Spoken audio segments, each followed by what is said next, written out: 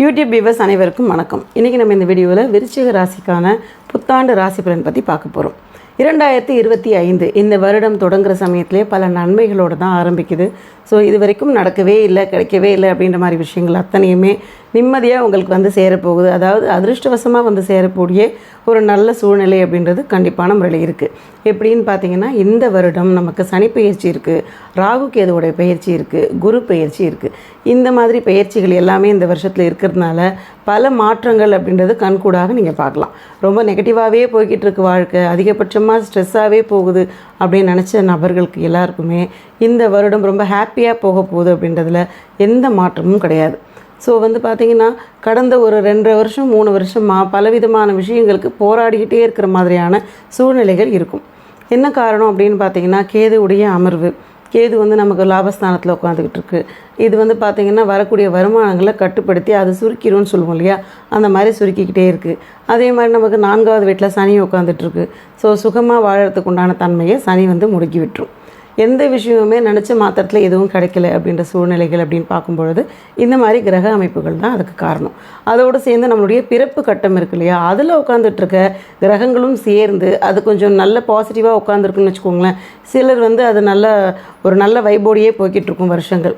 இல்லை அதுவும் கொஞ்சம் நீசமாகவே இருக்குது, பிரச்சனையாகவே போயிட்டுருக்கு அப்படின்ற பட்சத்தில் எதுவுமே வந்துட்டு எடுத்தோம் முடித்தோம் அப்படின்ற மாதிரி போகலை அப்படின்ற மாதிரி வருத்தத்தில் இருக்கக்கூடிய நபர்களுக்கு இந்த வருஷம் கண்டிப்பான முறையில் பல நன்மைகள் அப்படின்றது உத்தரவாதத்தோடு சொல்லலாம். இப்போ பலன்களுக்குள்ளே போயிடலாம். 1ஆம் வீடு அப்படின்னு பார்த்திங்கன்னா, விருச்சிக ராசியில் புதனுடைய அமர்வு இருக்குது. புதன் சுயஸ்தானத்தில் உட்காந்துட்டு இருக்கிறது பேச்சில் தெளிவு அப்படின்றத கொடுக்கும். நல்ல சிந்தனைகளுக்கு உரித்தாக இருக்கக்கூடிய ஒரு கிரகம் அப்படின்னு பார்த்தீங்கன்னா புதன் தான்.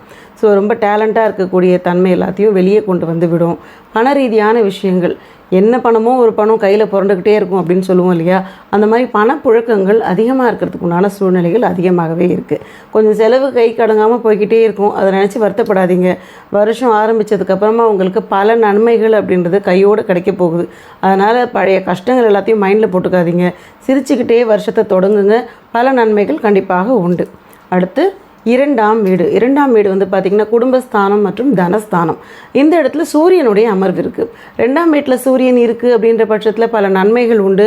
அரசு சார்ந்த விஷயங்கள், வேலை செய்கிற இடத்துல மூத்த அதிகாரிகள் இருக்காங்க இல்லையா, அவங்கக்கிட்ட நம்ம நல்ல பேர் வாங்க முடியும், ப்ரமோஷன் வாங்க முடியும். பண உயர்வுக்கு என்னென்ன வழிவகைகள் இருக்கோ எல்லாமே தன்னால் நடக்கிறதையும் கண்கூடாக பார்க்க முடியும். குடும்பத்தில் மதிப்பு மரியாதை அப்படின்றது உயர்றதுக்குண்டான வாய்ப்புகள் இருக்குது. பெருமைப்படக்கூடிய சூழ்நிலைகள் எல்லாத்தையுமே உங்களுக்கு சூரியனுடைய அமர்வு அப்படின்றது கொடுக்கும். அதாவது ரொம்ப தைரியமாக எல்லா விஷயத்தையுமே ஹேண்டில் பண்ண முடியும். பல விஷயங்கள் நமக்கு கிடைக்கல, இல்லைன்னு சொல்லிட்டு இருந்த விஷயம் எல்லாமே கிடச்சிருச்சு, இப்போ ரொம்ப ஹாப்பியாக இருக்குன்னு சொல்லக்கூடிய அந்த அளவுக்கு உங்களை அதை மாற்றி வைக்கக்கூடிய தன்மையும் இந்த 2ஆம் வீட்டுக்கு உண்டு. அடுத்து 4வது வீடு. 4வது வீட்டில் சனி மற்றும் சுக்கிரன் உட்காந்துருக்கு. சனி சுக்கிரன் இரண்டும் சேர்ந்துருக்கு அப்படின்னும் பொழுது நம்மளுடைய தேவைக்கு தேவையான பணம் அப்படின்றது கிடச்சிக்கிட்டே இருக்கும். ஏன்னா 4ல் உட்காந்துட்டு இருக்க சனி என்ன பண்ணுன்னா, சுகஸ்தானம் மற்றும் தாயார் ஸ்தானம் இல்லையா, அந்த இடத்துல தான் வந்து சுகஸ்தானம்னா சுகபோகமாக வாழறது, கொஞ்சம் லக்ஸுரியாக வாழணும் அப்படின்னு நினச்சிங்கன்னா அதை வாழ வைக்கிறதுக்கு சனி கொஞ்சம் முடக்கம் ஏற்படுத்தி கொடுக்கும். சனி வந்து எளிமை விரும்பி அப்படின்னு சொல்லலாம். சனி எப்பெல்லாம் நமக்கு எந்தெந்த பாகத்தில் உட்காருதோ அங்கெல்லாம் வந்து அதற்குண்டான தன்மையை சுருக்கித்தான் கொடுக்கும். எளிமையாக வாழறதுக்கு கற்றுக் கொடுக்கும். சில சிக்கனமாக இருப்பாங்க, கஞ்சன்னு பேர் எடுப்போம் அப்படின்னு சொல்லுவோம் இல்லையா, அந்த மாதிரியான ஒரு சூழ்நிலையை ஏற்படுத்தி கொடுத்துக்கிட்டே இருக்கும். ஸோ ரொம்ப நிதானமாக இருங்க. அந்த நிதானம் மட்டும்தான் வந்து அடுத்த ஸ்டெப்புக்கு போகிறதுக்கு உண்டான ஒரு வலிமையை உங்களுக்கு கொடுக்கும். சுக்கிரன் வந்து உங்களுக்கு தேவையான பணத்தை கொடுக்கும். அன்றாடத்துக்கு உங்களுக்கு தேவையான விஷயங்கள் எல்லாத்தையுமே சரிவர செய்யறதுக்கு உண்டான சிச்சுவேஷனை ஏற்படுத்தி கொடுத்துக்கிட்டே இருக்கும். அதாவது பணமே வரலை அப்படின்னு சொல்லவே முடியாது. வரலைன்னு சொல்லக்கூடிய பாட்டு அது ஒரு பக்கம் போய்கிட்டே இருக்கும். இருந்தாலும் பண வரவுகள் உண்டு. நமக்கு தேவைகளை பூர்த்தி செஞ்சுக்கிட்டே தான் இருப்போம். கடன்கள் கொஞ்சம் அதிகமாக நிறைய சேர்த்தே வச்சுருக்கிறதுக்கு உண்டான வாய்ப்புகள் இருக்குது. ஏன்னு பார்த்தீங்கன்னா, சுகஸ்தானத்தில் சனி இருந்தால் நம்ம வந்து அனுபவிக்க வேண்டிய விஷயங்களை அதை அனுபவிக்க விடாது. அப்போ செலவுகள் அதிகமாக வந்துடுச்சு அப்படின்றத நீங்கள் கணக்கில் வச்சுக்கணும். அப்போ கடன்கள் நிறைய வாங்கியிருப்போம் அப்படின்றதையும் நம்ம மைண்டில் வச்சுக்கணும். சிலருக்கு கடன்கள் ஆகியிருக்கலாம், சிலருக்கு வேலை இல்லை அப்படின்ற மாதிரி சூழ்நிலையும் இருந்திருக்கும். அதை எல்லாத்தையும் மாற்றுறது அப்படின்னு பார்த்திங்கன்னா, இப்போ சனிப்பெயர்ச்சி வரப்போகுது. இந்த வருடத்தில் சனிப்பெயர்ச்சி வந்து 5ல் உட்காந்ததுக்கப்புறமா, அதாவது சுகஸ்தானத்தை நகர்ந்துருது இல்லையா, அதனால் உங்களோட வாழ்க்கையில் அந்த ரொம்ப இடுக்கமாக இருந்த அந்த பண முடக்கம்லாம் இருக்கு இல்லையா, அது சரியாகிறதுக்கு உண்டான வாய்ப்புகள் அப்படின்றது நிச்சயமாக உண்டு. சனி நகர்ந்து 5க்கு போனதுக்கப்புறம் பூர்வ புண்ணிய ஸ்தானத்தில் உட்காந்துக்கிட்டு நம்மளுடைய நல்ல கர்மங்களை ஆக்டிவேட் பண்ணக்கூடிய ஒரு கிரகம். நீங்கள் என்னெல்லாம் நன்மைகள் செஞ்சுருக்கீங்களோ அதற்கான பலன்களை எதிர்பார்க்கக்கூடிய ஒரு இடம் அப்படின்னு சொல்லலாம்.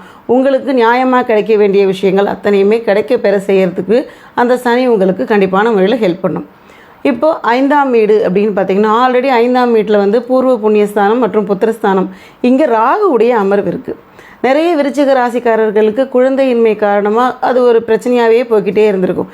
என்ன காரணம்னா, ராகு அங்கே உட்காந்துருந்த காரணத்தினால நமக்கு வந்து பார்த்திங்கன்னா குழந்தை பேருன்றது தள்ளி போய்கிட்டே இருந்திருக்கும். ராகு நகர்ந்த பிறகு ஆட்டோமேட்டிக்காக அவங்களுடைய குழந்தை பாக்கியம் கண்டிப்பான முறையில் கிடைச்சே தீரும். ஏன்னா 5ஆம் இடம் புத்திரஸ்தானத்தில் ராகு இருந்ததுன்னா, அந்த ராகு வந்து பார்த்திங்கன்னா பாம்பு கிரகம் அப்படின்னு சொல்லுவோம், நிழல் கிரகம் அப்படின்னு சொல்லுவோம். நெகட்டிவான கிரகம் புத்திரஸ்தானத்தில் இருக்கும் பொழுது அது வந்து அதை வெளியே வரவிடாமல் அது அதோட கண்ட்ரோலில் வச்சுருக்கும். ஸோ இந்த காரணத்தினால தான் நமக்கு அந்த பாக்கியம் கிடைக்கல அப்படின்றத மைண்டில் வச்சுக்கோங்க. இப்போ ராகு பயிற்சி அடைஞ்சதுக்கப்புறம் ஆட்டோமேட்டிக்காக நமக்கு கிடைக்க வேண்டிய பாக்கியங்கள் கண்டிப்பான முறையில் கிடைச்சிக்கிட்டே இருக்கும். இப்போ ராகு உட்கார்ந்துருந்த காரணத்தினால என்னெல்லாம் நடக்குன்னா, நமக்கு வந்து இந்த குழந்தை தள்ளி போனது, அதே மாதிரி பார்த்திங்கன்னா பூர்வ புண்ணியஸ்தானத்தில் ராகு இருந்ததுனால நமக்கு கிடைக்க வேண்டிய விஷயங்கள் எல்லாத்தையுமே சரிவர கிடைக்க செய்யாமல், அதாவது ஒரு விஷயம் போஸ்ட்பான் பண்ணிட்டு போயிட்டே இருக்கும் இல்லையா, அந்த மாதிரி சூழ்நிலையில் தான் அட் ப்ரெசென்ட் நமக்கு வந்து இந்த ராகுவோடைய அந்த காரகத்துவம் வேலை செஞ்சுக்கிட்டு இருக்கு. ஸோ இது மாறும் அப்படின்ற மைண்ட் செட்டு உங்களுக்கு வச்சுக்கோங்க. ராகு பெயர்ச்சிக்கு அப்புறமா ராகு வந்து பார்த்திங்கன்னா ரிவர்ஸில் சுற்றக்கூடிய கிரகம் இல்லையா, ராகு வந்து நமக்கு 4ஆவது வீட்டில் வந்து உட்காரப்போகுது. 4ல் ராகு வந்துருச்சுன்னா சுகஸ்தானம் மற்றும் தாயார் ஸ்தானம்னு சொல்லுவோம். தாய்க்கு சின்ன சின்ன சுகவீனங்கள் வரதுக்கு உண்டான வாய்ப்பு இருக்குது. அதை கொஞ்சம் கண்ணும் கருத்துமாக பார்த்துக்கோங்க.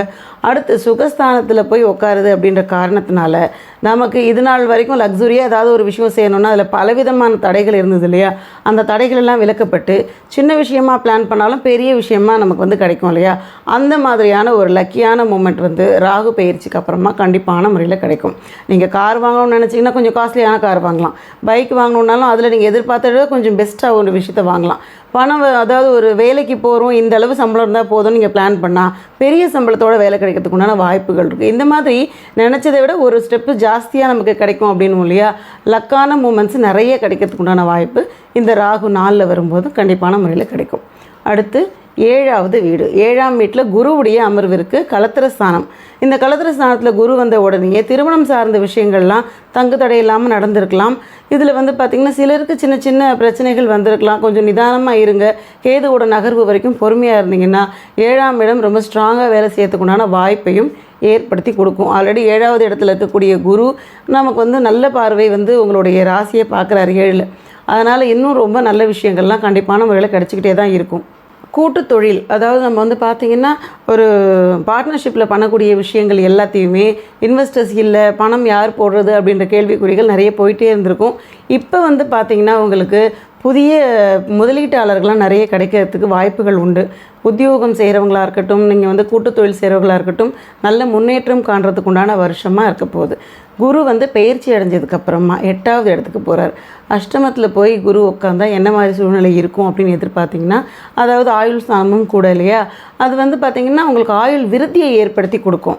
அதே சமயத்தில் பண ரீதியான முன்னேற்றங்கள் நிச்சயமாக கொடுத்தே தீரும். சின்ன சின்ன உடல் உபாதைகள் வரலாம். ஆரோக்கியத்தில் கொஞ்சம் வந்து நீங்கள் கவனம் செலுத்திக்கோங்க. உணவு கட்டுப்பாடு கண்டிப்பான முறையில் வேணும். நான் வந்து வேலைக்கு சரியாக சாப்பிடவே மாட்டேன், மதிய உணவு எடுத்துக்கிறதே இல்லை, இந்த மாதிரியான விஷயங்கள் இருந்ததுன்னா அதை உடனே மாற்றிக்கோங்க. எங்கேயாவது லாங்காக போகிறீங்க, அதுக்கப்புறம் 5 மணிக்கு சாப்பிட்றேன், இந்த மாதிரி விஷயம்லாம் எதுவும் பண்ணாதீங்க. ஒரு டப்பாவில் ஏதாவது ஒரு சாப்பாடை எடுத்துகிட்டு போய் கூட சாப்பிட்டுக்கோங்க. சாப்பாடை ஸ்கிப் பண்ணிங்கன்னா மட்டும்தான் பிரச்சனைகள் அதிகமாக வரும். ஸோ அதை மட்டும் நீங்கள் வந்து மைண்டில் வச்சுக்கோங்க. இந்த குருவோட பயிற்சிக்கு அப்புறமா பல நன்மைகள் தான் காத்துக்கிட்டு இருக்கு. அதை ஒரு நெகட்டிவாலாம் எடுத்துக்க வேண்டிய அவசியம் இல்லை. 8ல் குரு போகுதே, அதுவும் மறைவு ஸ்தானமாச்சே, என்ன ஆகும் அப்படின்ற மாதிரி எண்ணமெல்லாம் வேண்டாம். முன்னேற்றம் அப்படின்றது கண்டிப்பான முறையில் வந்தே தீரும். அடுத்து 9ஆம் வீடு, பாக்யஸ்தானம் மற்றும் பித்ருஸ்தானம். இந்த இடத்துல செவ்வாயுடைய அமர்வு இருக்குது. செவ்வாய் நீச நிலைமையில் இருக்குது. செவ்வாய் வந்து பார்த்திங்கன்னா நமக்கு பாக்யஸ்தானத்தில் உட்காந்துருக்கிறதுனால பல விஷயங்கள் கைக்கு வரதுக்குண்டான வாய்ப்பு கொடுக்காமையே போயிருக்கும். என்ன ரீசன் அப்படின்னு பார்த்தீங்கன்னா, செவ்வாய் வந்து பவர்ஃபுல்லாக இல்லை, அந்த காரணத்தினால மட்டும்தான். ஸோ இது வந்து பார்த்திங்கன்னா செவ்வாய் நீசமாக இருக்கிறதுனால பரிவர்த்தனை அடையிறதுக்குண்டான வாய்ப்பு இருக்குது. ஆல்ரெடி வந்து விருச்சிக ராசியில் சந்திரன் இருக்கு இல்லையா, சந்திரனும் நீசமாக தான் இருக்கும். பரிவர்த்தனை அடையிறதுனால நிலப்புலங்கள் வாங்கிறதுக்குண்டான வாய்ப்புகளையும் இந்த வருஷம் உங்களுக்கு ஏற்படுத்தி கொடுக்க போகுது. ஸோ இந்த வருஷம் வந்து பலவிதமான சொத்துக்கள் வாங்கிறதுக்குண்டான சூழ்நிலையும் ஏற்படுத்தி கொடுக்கும்.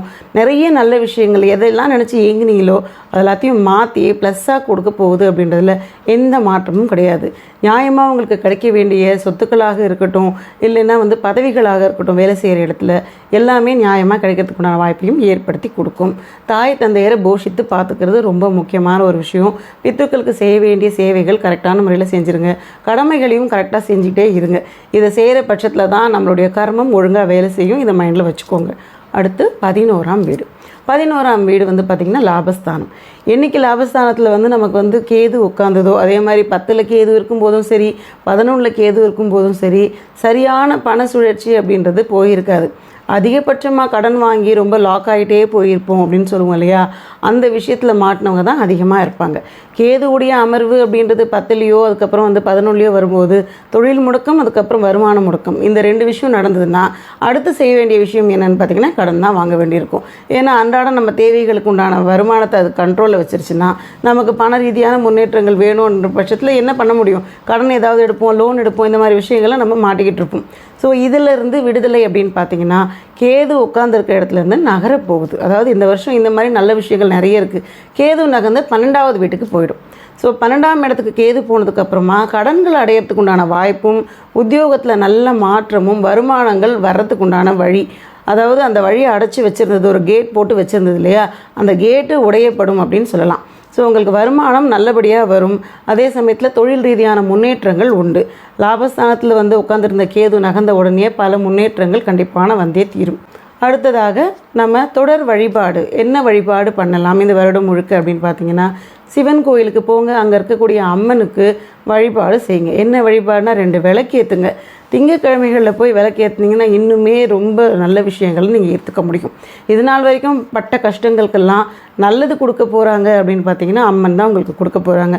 அதனால் நீங்கள் வாரத்துக்கு ஒரு தடவையோ இல்லைன்னா மாதத்தில் ஒரு தடவையோ போயிட்டு அம்மனுக்கு 2 விளக்கு ஏற்றிட்டு ஒரு 6 சுற்றிட்டு வந்துட்டிங்கன்னா வாழ்க்கை செழிப்பாக இருக்கும்ன்றதில் எந்த மாற்றமும் கிடையாது. இன்றைக்கி நம்ம இந்த வீடியோவில் விருச்சிக ராசிக்கான புத்தாண்டு ராசி பலன் பற்றி பார்த்தோம். இந்த வீடியோ உங்களுக்கு பிடிச்சிருந்தா லைக் பண்ணுங்கள், ஷேர் பண்ணுங்கள், சப்ஸ்கிரைப் பண்ணுங்கள். டவுட் இருந்தால் கமெண்ட் பண்ணுங்கள். நன்றி, வணக்கம்.